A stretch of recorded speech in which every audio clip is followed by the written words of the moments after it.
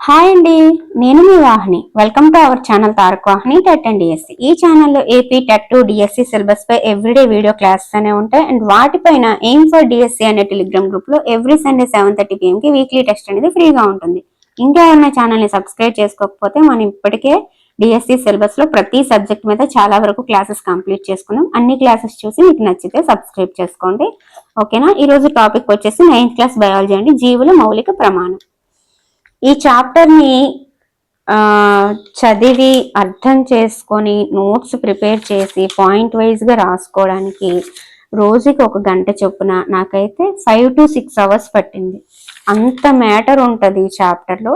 And అలాగే చాలా important chapter కూడా. ఖచ్చితంగా ఇందులోంచి డిఎస్సిలో బిట్ అయితే వస్తుంది. కాబట్టి వీడియోని చివరి వరకు ఓపిక్గా చూసి ఫస్ట్ జాగ్రత్తగా వినండి, సెకండ్ టైం విని నోట్స్ రాసుకోండి. ఓకేనా? బయాలజీ అసిస్టెంట్లకు కూడా, ఎస్ఏ వాళ్ళకు కూడా ఇది యూజ్ అవుతుందని అనుకుంటున్నాను. ఓకే. కణం జీవుల మౌలిక ప్రమాణం. కణం అనేది జీవుల నిర్మాణాత్మక క్రియాత్మక ప్రమాణం. కణం అనేది జీవుల యొక్క ప్రాథమిక ప్రమాణం. మీకు మూడింట్లో ఏ బిట్ అడిగినా సరే ఆన్సర్ కణం. ఓకే ఫ్రెండ్స్, జీవుల నిర్మాణాత్మక క్రియాత్మక ప్రమాణం ఏది? కణం. జీవుల యొక్క ప్రాథమిక ప్రమాణం ఏది? కణం. జీవుల మౌలిక ప్రమాణం ఏది? కణం. ఏదన్నా సరే కణం. ఓకే. ఇప్పుడైతే కణం ఆవిష్కరణ ఏ విధంగా జరిగింది, ఎక్కడి నుంచి స్టార్ట్ అయ్యింది అనేది చూద్దాం. కణం ఆవిష్కరణ ఫస్ట్ రాబర్ట్ హుక్, తర్వాత యాంథోనీ వాన్ లెవెన్హుక్, తర్వాత రాబర్ట్ బ్రౌన్, పర్కింజే, స్లీడెన్, ష్వాన్, తర్వాత విర్కో, ఆ తర్వాత ఎలక్ట్రాన్ మైక్రోస్కోప్ తో కనుగొన్నది నాల్ అనమాట. సో ఈ విధంగా అయితే కణం యొక్క ఆవిష్కరణ అనేది జరిగింది. ఎప్పుడు జరిగింది, ఎవరు చేశారు, ఏం కనుక్కున్నారు అనేది మనం క్లియర్గా స్టెప్ బై స్టెప్ తెలుసుకుందాము. ఫస్ట్ అయితే బెండు కణాలను గుర్తించింది ఎవరంటే రాబర్ట్ హుక్ అండి. ఎప్పుడంటే 1665లో ఆయన బెండు కణాలని గుర్తించారు. ఆ బెరడులో ఉన్నది ఏంటి అంటే నిర్జీవ పదార్థం అనమాట. సో ఈయన ప్రాథమిక సూక్ష్మదర్శినితో బెండు కణాలను గుర్తించడం జరిగింది. ఆ బెరడులో ఉన్నది ఏంటంటే నిర్జీవ పదార్థం. ఈయన చిన్న గదులతో తేనెపట్టు వంటి నిర్మాణాన్ని చూశారు, దానికి కణం అన్నారు. కణం అంటే చిన్న గది అనే అర్థం వచ్చే లాటిన్ పదం. ఈయన నిర్జీవ పదార్థంలో ఉండే కణాలను కనుక్కున్నారు కదా. తర్వాత సజీవ కణాలను కనుక్కున్నది ఎవరు అంటే యాంథోనీ వాన్ లెవెన్హుక్. ఈయన 1674లో యాంథోనీ వాన్ లెవెన్హుక్ మెరుగుపరచబడిన సూక్ష్మదర్శిని సహాయంతో చెరువు నీటిలో స్వేచ్ఛాయుత సజీవ కణాలను గమనించారు. నిర్జీవ కణాలని, స్టార్టింగ్ బెండు కణాలను గుర్తించింది. చిన్న గదులతో తేనెపట్టు నిర్మాణం కణం అన్నది ప్రాథమిక సూక్ష్మదర్శినితో 1665లో పరిశీలించింది ఎవరు అంటే రాబర్ట్ హుక్. మెరుగుపరచబడిన సూక్ష్మదర్శినితో చెరువు నీటిలో సజీవ కణాలని 1674లో గమనించింది ఎవరు అంటే యాంథోనీ వాన్ లెవెన్హుక్. ఓకే, క్లారిటీ, ఈ రెండు అయితే క్లారిటీ వచ్చింది. నెక్స్ట్ అలాగే మనకి కణం అంటే అందులో ఏముంటాయో 8th క్లాస్ బయాలజీలో చెప్పాను. కణం అంటే మధ్యలో కేంద్రకం ఉంటుంది, చుట్టూ జీవ పదార్థం ఉంటుంది, కణం చుట్టూ కణకవచం ఉంటుంది, చాలా ఉంటాయని చెప్పాను. అయితే వాటిని ఎవరు గుర్తించారు అనేది అక్కడ తెలుసుకోలేదు, ఇక్కడ తెలుసుకుందాం. కణంలోని పదార్థం చుక్క లాంటి పదార్థాన్ని కేంద్రకంగా కనుగొనేది ఎవరు అంటే రాబర్ట్ బ్రౌన్. ఇప్పుడు 1831. తర్వాత కణం యొక్క ద్రవ పదార్థానికి జీవ పదార్థం లేదా ప్రోటోప్లాజం అన్నది ఎవరు అంటే పర్కింజే, 1839. నెక్స్ట్ స్లీడెన్, ష్వాన్ ఏం చెప్పారు 1838, 1839లో అంటే మొక్కలు మరియు జంతువులు కణాలతో నిర్మితం అవుతాయి అని వీళ్ళు చెప్పారు. నెక్స్ట్ కణం జీవి యొక్క ప్రాథమిక ప్రమాణం అనే కణ సిద్ధాంతాన్ని కూడా వీళ్ళు చెప్పడం జరిగింది. కణం జీవి యొక్క ప్రాథమిక ప్రమాణం అనే కణ సిద్ధాంతాన్ని చెప్పింది కూడా వీళ్ళే. నెక్స్ట్ 1855లో విర్కో కణాలన్నీ కూడా పూర్వమున్న కణాల నుండి ఉద్భవిస్తాయని సూచించి కణ సిద్ధాంతాన్ని విస్తరించాడు. కణం అనేది ప్రాథమిక ప్రమాణం అనే కణ సిద్ధాంతం చెప్పింది ఎవరు అంటే స్లీడెన్, ష్వాన్. దాన్ని కొంచెం విస్తరించి కణాలు అనేవి పూర్వం ఉన్న కణాల నుండి ఉద్భవిస్తాయని చెప్పింది ఎవరంటే విర్కో, 1855. తర్వాత 1940లో ఎలక్ట్రానిక్ మైక్రోస్కోప్ ని కనుగొన్నది ఎవరంటే నాల్. ఈయన ఈ మైక్రోస్కోప్ కనుగొన్న తర్వాత ఇది శక్తివంతమైన సూక్ష్మదర్శిని కాబట్టి 1940 దీని వలన కణంలోని కణాంగాలను కూడా పరిశీలించగలిగారు అనమాట. సో ఇదైతే మనకి కణం స్టార్టింగ్ నుంచి ఎవరు కనుగొన్నారు, ఎప్పుడు కనుగొన్నారు అనేది మనకైతే కణం యొక్క ఆవిష్కరణ ఇక్కడ ఇవ్వడం జరిగింది. ఉల్లి పొరలో ఉన్న కణాలు కేంద్రకాన్ని సంయుక్త సూక్ష్మదర్శిని సహాయంతో సాఫ్రనిన్ ద్రావణంతో పరిశీలిస్తారు. కణాల సంఖ్యను బట్టి జీవులు రెండు రకాలు. అవి ఏకకణ జీవులు, బహుకణ జీవులు. ఏకకణ జీవులు అంటే ఒకే కణం కలిగినవి. బహుకణ జీవులు అంటే అనేక కణాలు. ఏకకణ జీవులకి example amoeba, paramecium, chlamydomonas, bacteria. బహుకణ జీవులకి ఎగ్జాంపుల్ శిలీంధ్రాలు, మొక్కలు, జంతువులు. ఏకకణ జీవి అయినా బహుకణ జీవి అయినా ఒక కణంతోనే ప్రారంభిస్తుంది. ఆ ఒక కణం అనేక కణాలుగా విభజించబడి బహుకణ జీవి అవుతుందన్నమాట.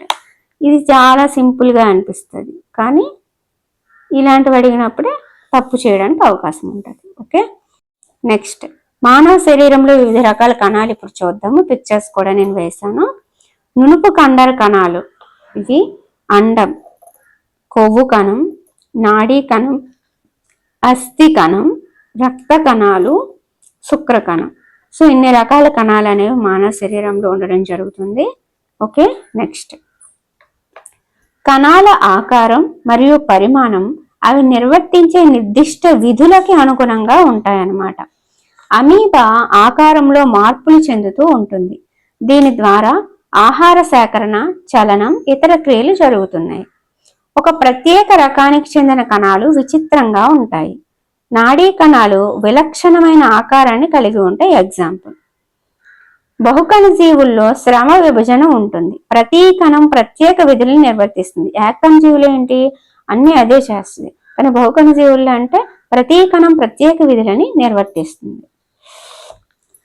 శ్రమ విభజన ప్రతి కణంలో కూడా మనకి కనిపిస్తుంది. ప్రతి కణం కణాంగాలు అని పిలువబడే నిర్దిష్ట భాగాలని కలిగి ఉంటుంది. కణంలోని ప్రతి కణాంగం కణంలో కొత్త పదార్థాన్ని తయారు చేయడం, వ్యర్థ పదార్థాలను తొలగించడం వంటి ప్రత్యేక విధులను నిర్వర్తిస్తుంది. కణంలో కొత్త పదార్థాన్ని తయారు చేసి వ్యర్థ పదార్థాలను తొలగించే ప్రత్యేక విధులను నిర్వర్తించేది కణంలోని కణాంగాలే. ఓకే, అందువలనే కణాంగాల కారణంగా కణం జీవించగలుగుతుంది అన్నమాట. ఈ కణాంగాలన్నీ కలిస్తేనే కణం ఏర్పడుతుంది. ఏ జీవిలో ఉన్న అన్ని కణాలు ఒకే రకమైన కణాంగాలు కలిగి ఉంటాయి.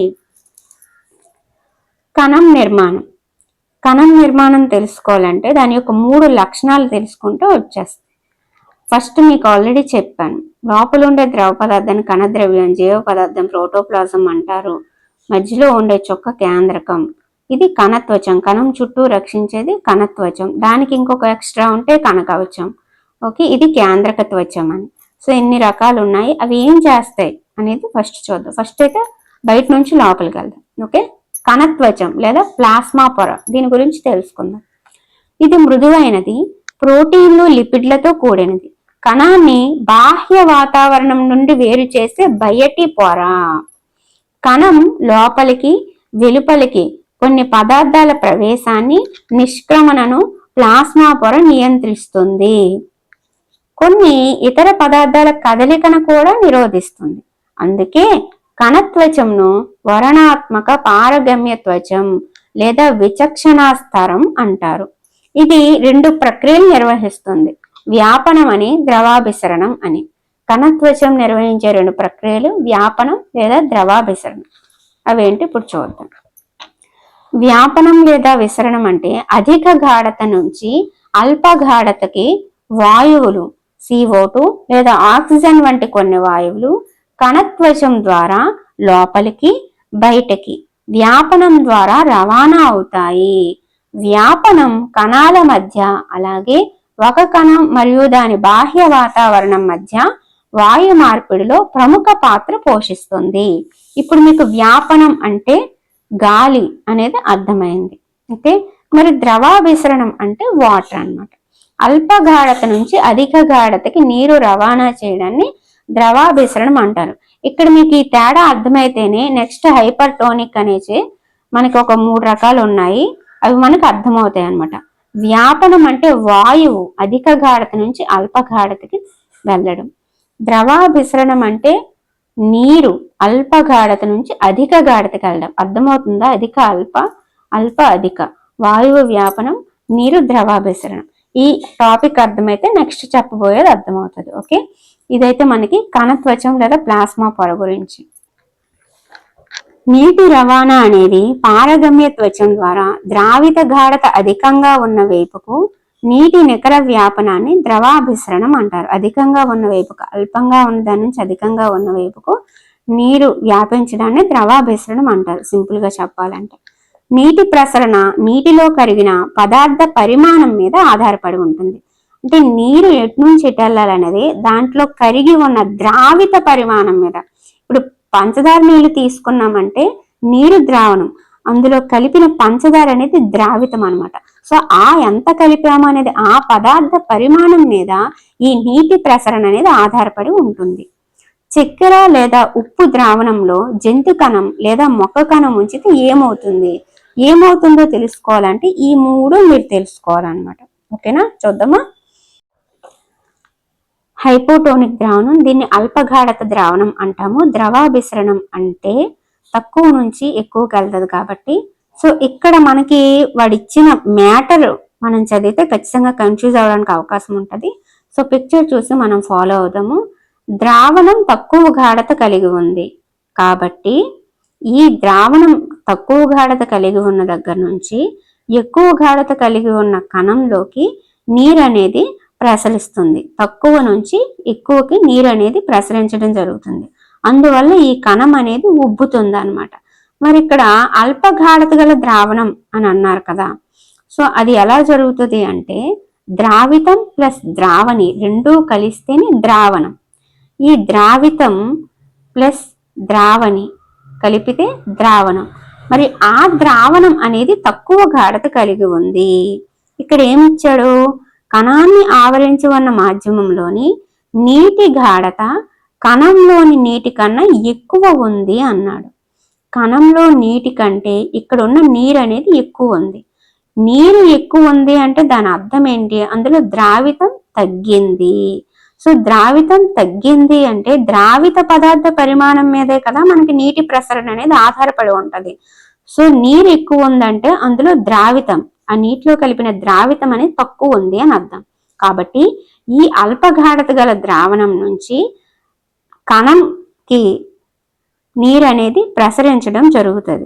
తక్కువ గాఢత ఉంది కణం ద్రావణం కాబట్టి ఇక్కడ ఎక్కువ వాటర్ ఉంది. వాటర్ ఎక్కువ ఉందంటే అర్థం ఏంటి, అందులో కలిపిన ద్రావితం అనేది తక్కువ ఉంది అని. ఇప్పుడు మీకు అర్థమైందని అనుకుంటున్నాను.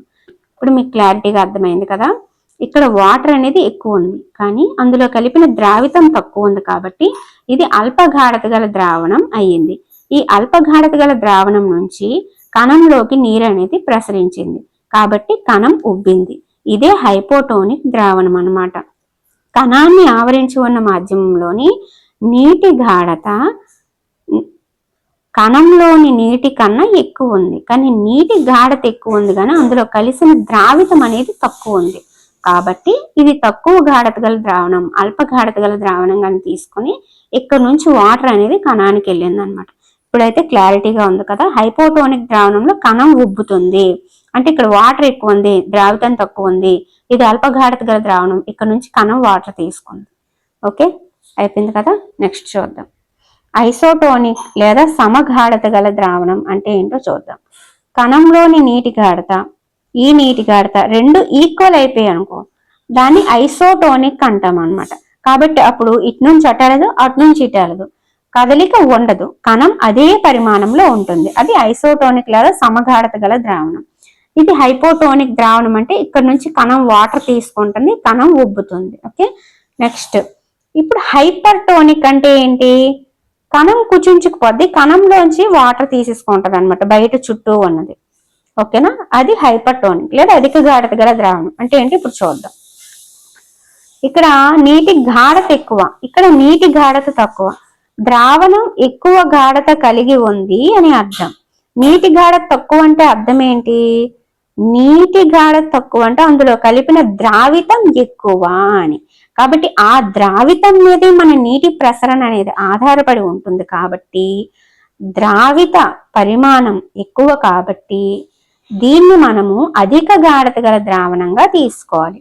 మనకి వాటర్ అనేది ఎలా ప్రసరిస్తుంది అంటే అల్ప నుంచి అధికకే ప్రసరిస్తుంది కాబట్టి ఇక్కడ కణం నుంచి వాటర్ అనేది ఇక్కడ అధిక గాఢత గల ద్రావణంలోకి వచ్చేస్తుంది కాబట్టి కణం నీటిని కోల్పోతుంది, కణం కుచించుకుపోతుంది అని దీని అర్థం.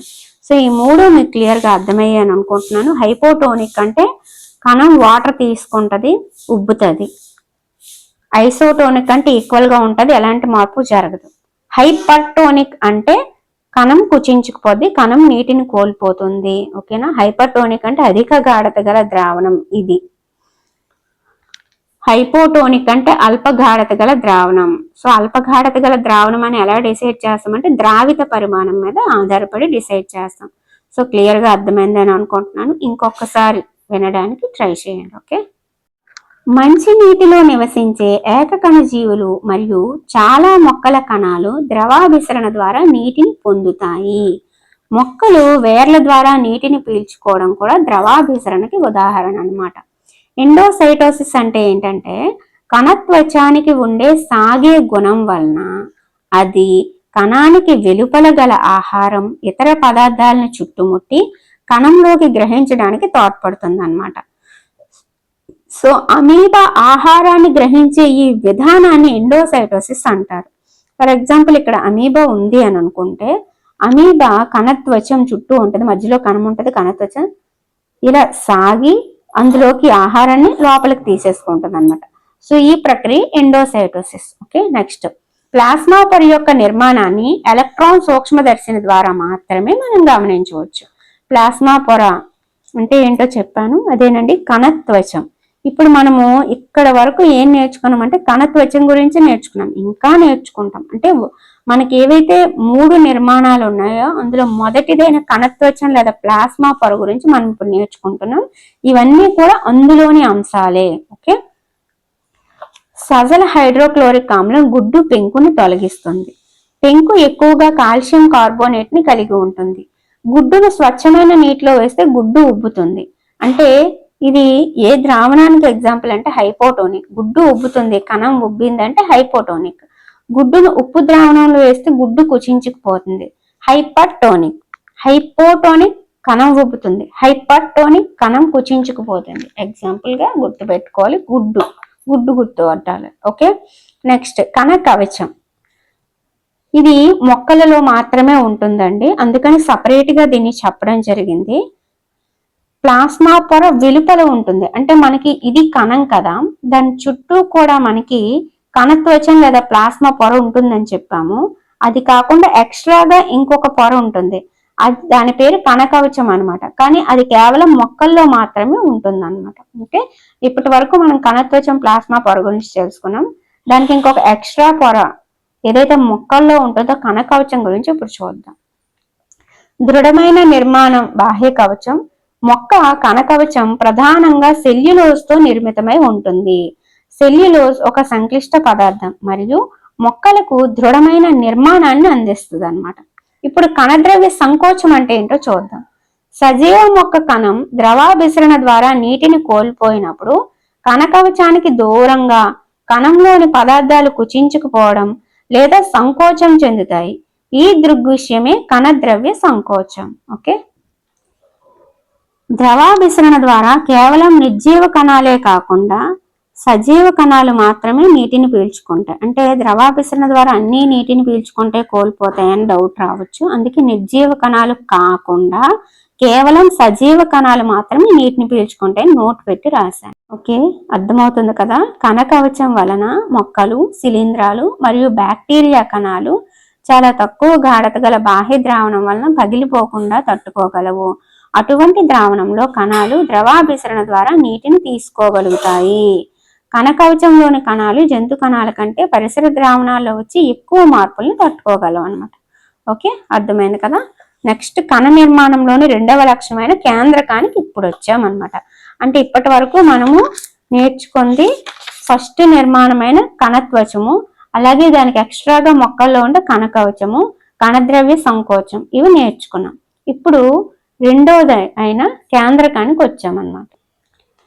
ప్రతి కణం మధ్యలో ముదురు రంగు కలిగిన గుండ్రటి లేదా అండాకారపు చుక్క లాంటి నిర్మాణమే కేంద్రకం. కణాలను రంజనం చేయడానికి వాడేవేంటి అంటే అయోడిన్, సాఫ్రనిన్, మిథిలిన్ బ్రూ ద్రావణం.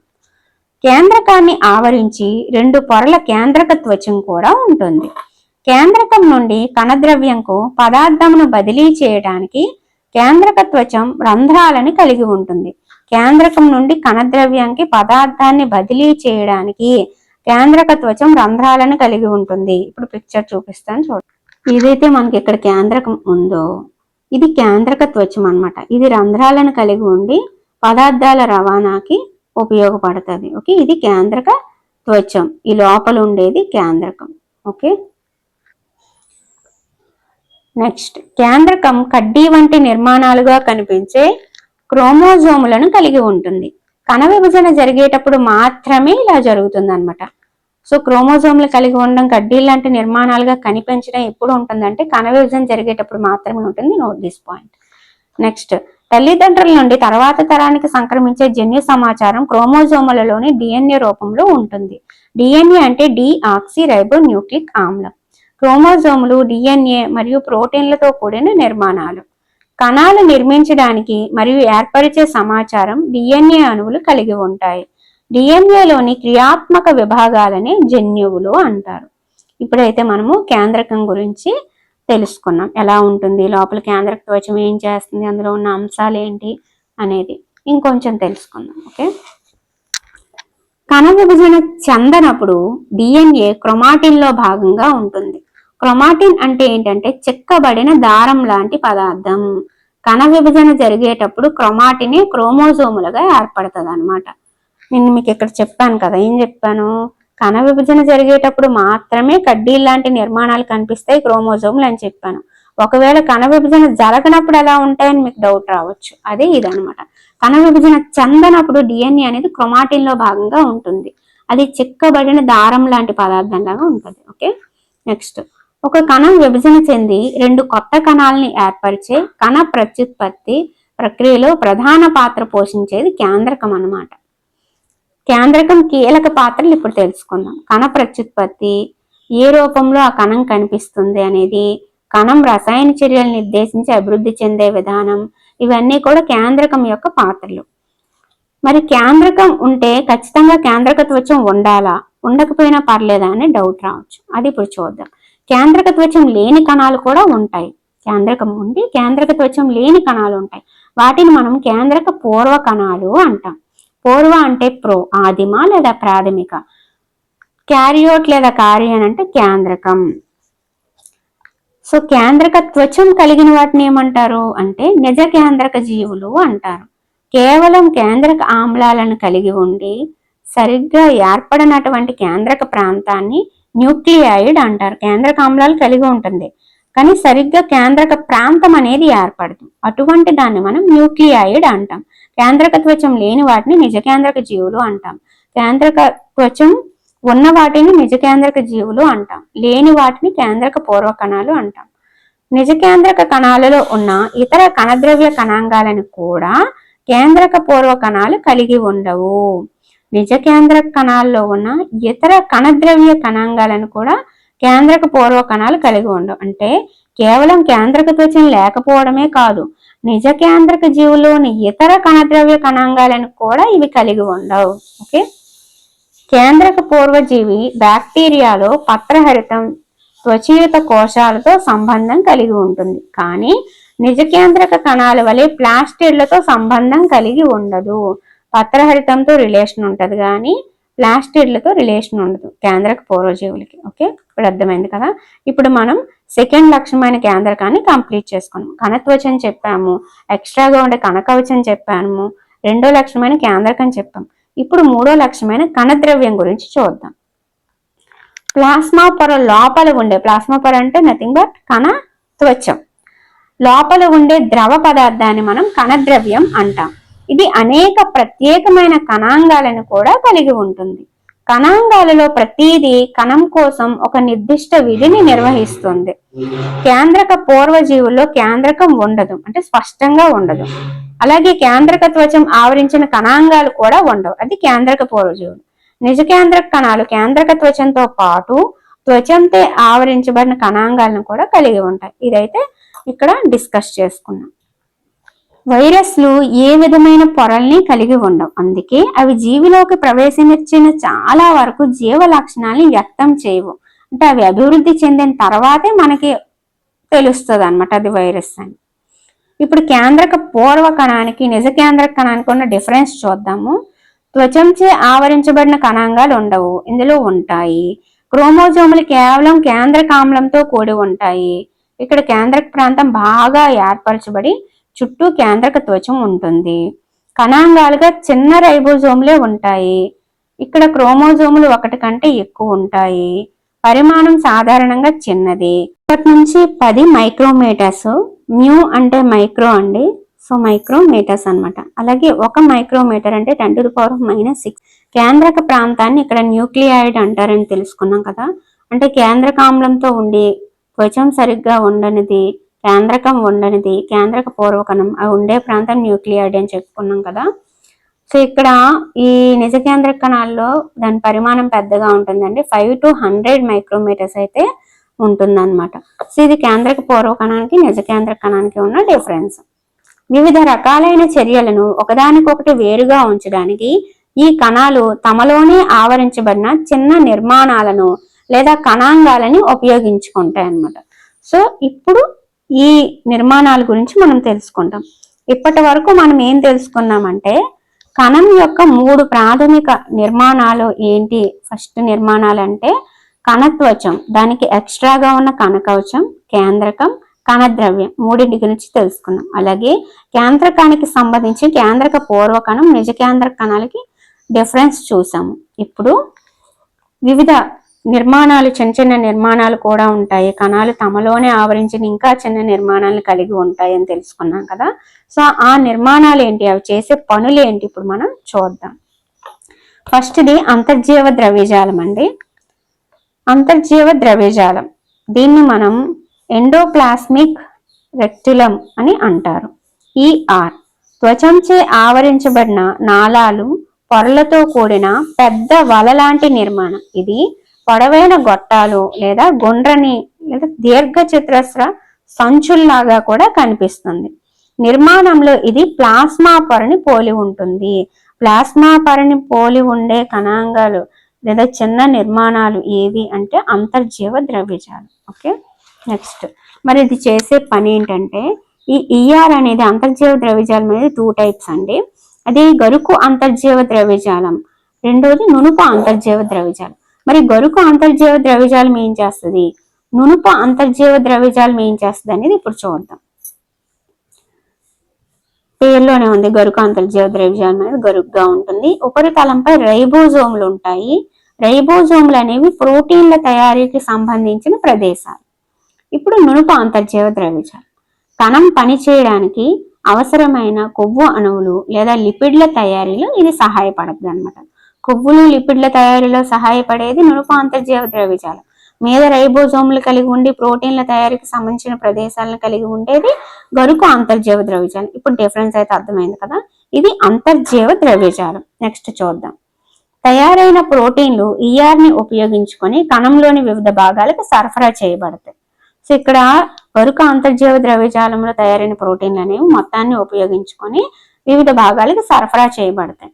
ఈ రెండింటిలో కొన్ని ప్రోటీన్లు మరియు లిపిడ్లు కణత్వచాన్ని నిర్మించడంలో సహాయపడతాయి. ఆ ప్రక్రియను మనం త్వచ జీవోత్పత్తి అంటాం. త్వచాన్ని నిర్మిస్తున్నాయి కదా, సో ఇది త్వచ జీవోత్పత్తి అనమాట. కొన్ని ఇతర ప్రోటీన్లు అండ్ లిపిడ్లు ఎంజైమ్లు మరియు హార్మోన్లుగా పనిచేస్తాయి. వివిధ కణాలలో ఈఆర్ కనిపించే తీరులో చాలా తేడా ఉన్నప్పటికీ ఇది ఎల్లప్పుడూ జీవ కణజాల వ్యవస్థని ఏర్పరుస్తుంది అనమాట. అసలు ఈ అంతర్జీవ ద్రవ్యజాలం యొక్క ముఖ్య విధి ఏంటి అంటే ప్రోటీన్ల రవాణాకి వారధి ఇది. మీకు ఎగ్జామ్ పాయింట్ ఆఫ్ వ్యూలో ప్రోటీన్ల రవాణాకి వారధి ఏది అని అడిగితే అంతర్జీవ ద్రవ్యజాలం అని చెప్తారు. కణద్రవ్యం యొక్క వివిధ ప్రాంతాల మధ్య లేదా కణద్రవ్యం మరియు కేంద్రకం మధ్య పదార్థాల రవాణాకి వారధి ముఖ్యంగా ప్రోటీన్ల రవాణాకి వారధి ఏది అంటే అంతర్జీవ ద్రవ్యజాలం. ఓకే, కణం యొక్క కొన్ని జీవ రసాయన చర్యలకు ఉపరితలాన్ని అందించే కణద్రవ్య అల్లికగా కూడా పనిచేస్తుంది. ఇప్పుడు నునుపు అంతర్జీవ ద్రవ్యజాలం పాత్ర చూద్దాం. సకశేరుకాలు అని పిలువబడే జంతువుల సమూహంలోని కాలేయ కణాలలో ఈ నునుపు అంతర్జీవ ద్రవ్యజాలం అనేక విష పదార్థాలను మందులను నిర్వీర్యం చేయడంలో కీలక పాత్ర పోషిస్తుంది. Okay, next the second one Golgi సంక్లిష్టం. ఒక్కసారి అంతర్జీవ ద్రవ్యజాలం చూసుకోండి. ప్లాస్మా పొరను పోలి ఉంటుంది. నాళాలు పొరలతో కూడిన పెద్ద వల లాంటి నిర్మాణం, అలాగే పొడవైన గొట్టాలు లేదా గుండ్రంగా లేదా దీర్ఘ చతురస్రాకార సంచుల్లా కూడా ఇది కనిపిస్తుంది. ఇందులో మళ్ళీ 2 టైప్స్ ఉంటాయి. అందులో గరుకుదైతే రైబోజోమ్లు ప్రోటీన్ల తయారీ, నునుపుదైతే కొవ్వు లిపిడ్ల తయారీ. అలాగే ఇది మొత్తం అంతర్జీవ ద్రవ్యజాలను ఉపయోగించుకొని సరఫరా చేయడానికి సహాయపడుతుంది. దీని యొక్క ముఖ్య ఇదే ప్రోటీన్ల రవాణాకి వారధి, త్వచ జీవోత్పత్తిని కలిగి ఉంటుంది. అలాగే మనకి నునుపు అంతర్జీవ ద్రవ్యజాలం అనేది విష పదార్థాల మందుల్ని నిర్వీర్యం చేయడంలో కీలక పాత్ర పోషిస్తుంది. ఇది ఫస్ట్ అనమాట మనకి. నెక్స్ట్ సెకండ్ వన్ చూద్దాం, గాల్జీ సంక్లిష్టం. గాల్జీ సంక్లిష్టం కిమిల్లో గాల్జీ వివరించారండి. సిస్టర్నే అనే కోశాలతో కూడిన త్వచ వ్యవస్థ సంక్లిష్ట కణత్వచ వ్యవస్థ. ఇది సమాంతరంగా అమర్చబడి దొంతర్లుగా ఉండి ఈ త్వచాలు ఈఆర్ యొక్క పొరలతో కూడా సంబంధాలను కలిగి ఉండి సంక్లిష్ట కణత్వచ వ్యవస్థలో మరొక భాగాన్ని ఏర్పరుస్తాయి. ఈఆర్ సమీపంలో సంశ్లేషణ చేయబడిన పదార్థం కట్టగా చేయబడి గాల్జీ సంక్లిష్టం ద్వారా కణం లోపల మరియు వెలుపల ఉన్న వివిధ భాగాలకి పంపబడుతుంది. ఏదైతే మనకు అంతర్జీవ ద్రవ్యజాలంలో సంశ్లేషణ చేయబడిన పదార్థం కట్టగా చేయబడి అది బయటికి లోపలికి కణం లోపల భాగాలకి పంపబడేది దేని ద్వారా అంటే గాల్జీ సంక్లిష్టం ద్వారా. ఇది ఎలా ఉంటుందంటే దొంతర్లుగా ఉంటుంది. అలాగే మనకి ఈఆర్తో కూడా సంబంధాలను కలిగి ఉంటుంది. ఈ గాల్జీ సంక్లిష్టం యొక్క విధులు చూద్దాము. ఉత్పత్తులను నిల్వ చేయడం, ఉత్పత్తులను రూపాంతరం చేయడం, ఉత్పత్తులను కోశాల్లో ప్యాక్ చేయడం, సరళ చక్కెరల నుండి సంక్లిష్ట చక్కెరలను తయారు చేయడం, గాల్జీ పరికరం నుండి లైసోజోములు కూడా ఏర్పడతాయి. ఈ గాల్జీ సంక్లిష్టం నుంచి నెక్స్ట్ మూడోది ఏంటి, లైసోజోములు. అవి ఏం చేస్తే ఎలా ఉంటాయి చూద్దాం. జీర్ణ ఎంజైములతో ఆర్ఏఆర్తో తయారు చేయబడ్డవి.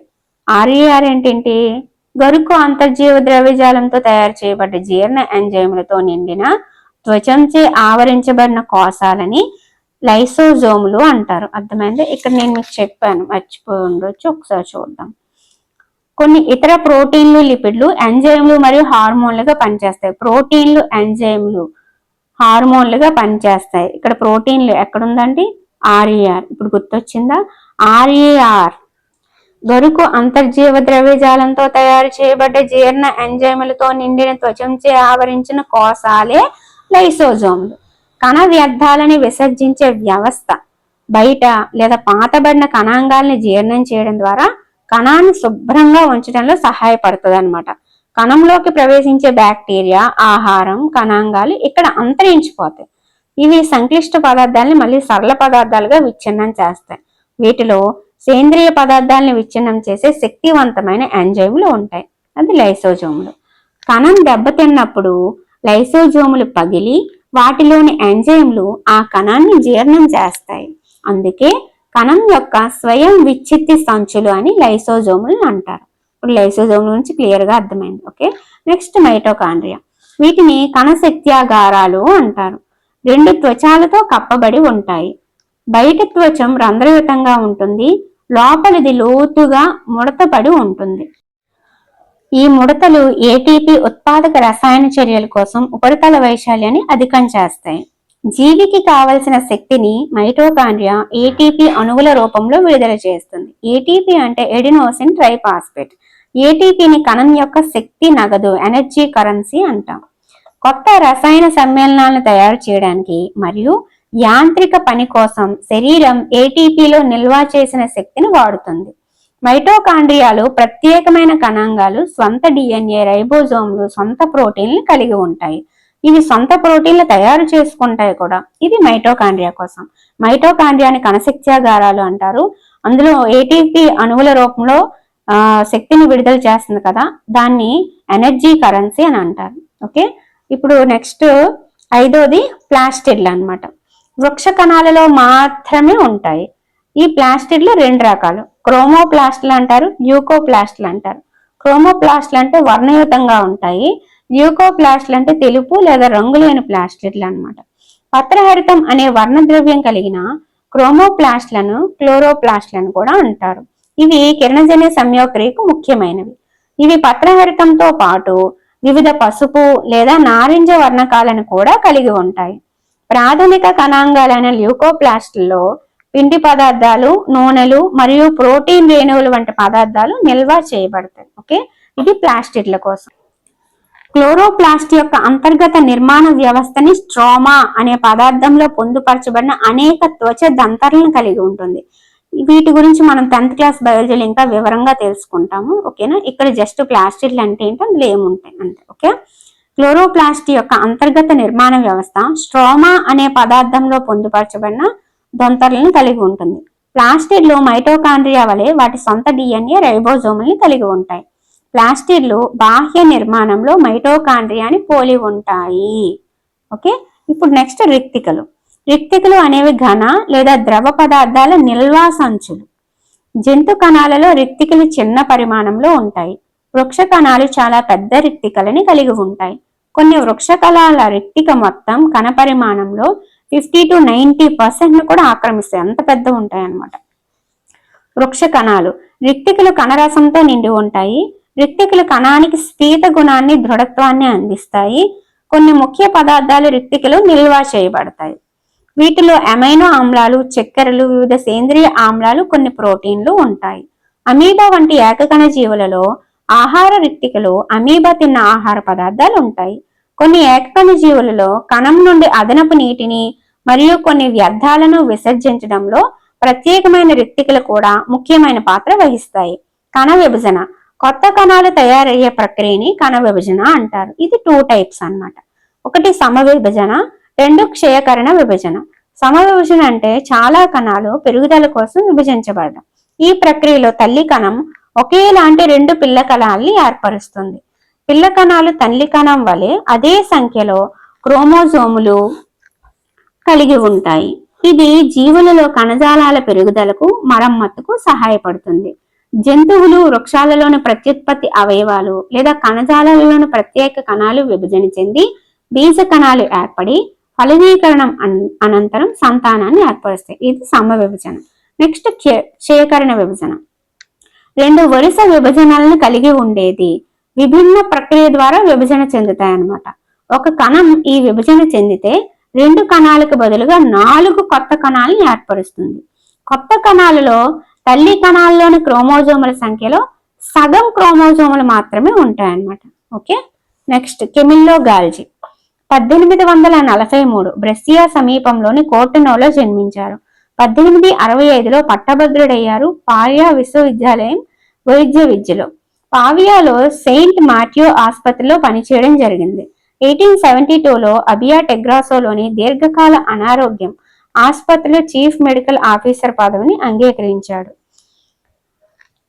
నెక్స్ట్ బ్లాక్ రియాక్షన్ చూద్దాం. స్వతంత్ర నాడీ మరియు నాడీకణ నిర్మాణాలను రంజనం చేసే విప్లవాత్మక పద్ధతిని బ్లాక్ రియాక్షన్ అంటారు. నాడీ మరియు నాడీకణ నిర్మాణాలను రంజనం చేసే పద్ధతి ఏది అంటే బ్లాక్ రియాక్షన్.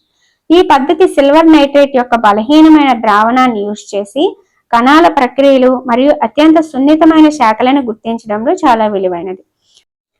సో నాడీ వ్యవస్థ నిర్మాణం పైన 1906లో కృషి చేశారండి. దానికోసం సెంటియాగో రామోనీ కాజల్తో కలిసి మన కెమిల్లో గాల్జీ గారు నోబెల్ బహుమతి అందుకోవడం జరిగింది. సో ఇదంతా కూడా కెమిల్లో గాల్జీ గారి కోసం ఇవ్వడం జరిగింది. ఓకే.